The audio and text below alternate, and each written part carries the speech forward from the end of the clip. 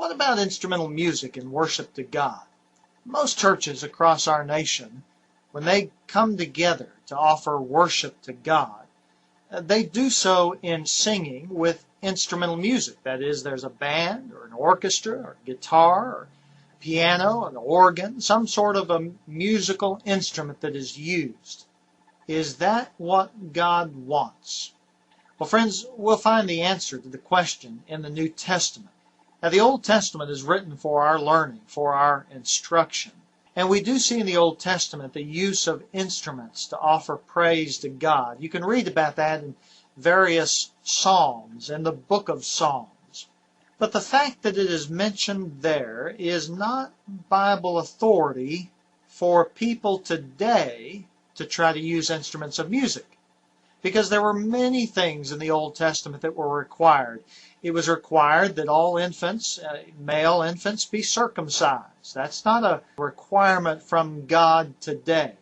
There were burnt sacrifices and offerings of animals that were required.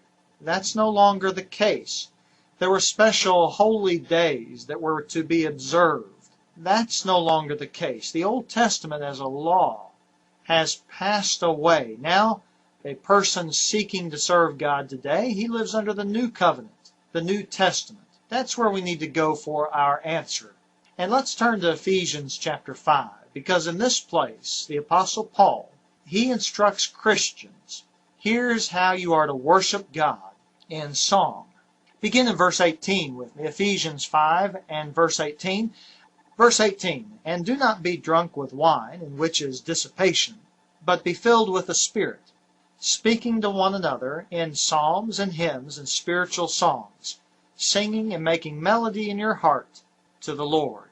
Now look at the action words here in this passage. What does God instruct Christians to do as it relates to worship in song?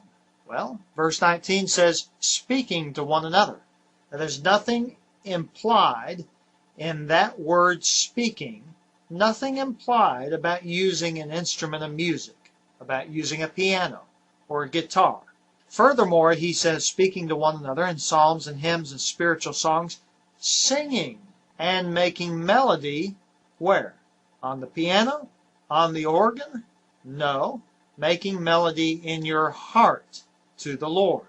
So what the Lord reveals here is He wants to be worshipped. And He wants to be worshipped by means of singing, and it is just singing.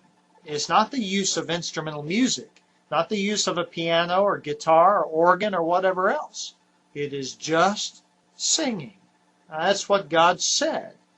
You can argue that what God said doesn't matter or shouldn't matter. That'd be a terrible mistake. Please don't do that. But you can argue that we shouldn't have to listen to what God said.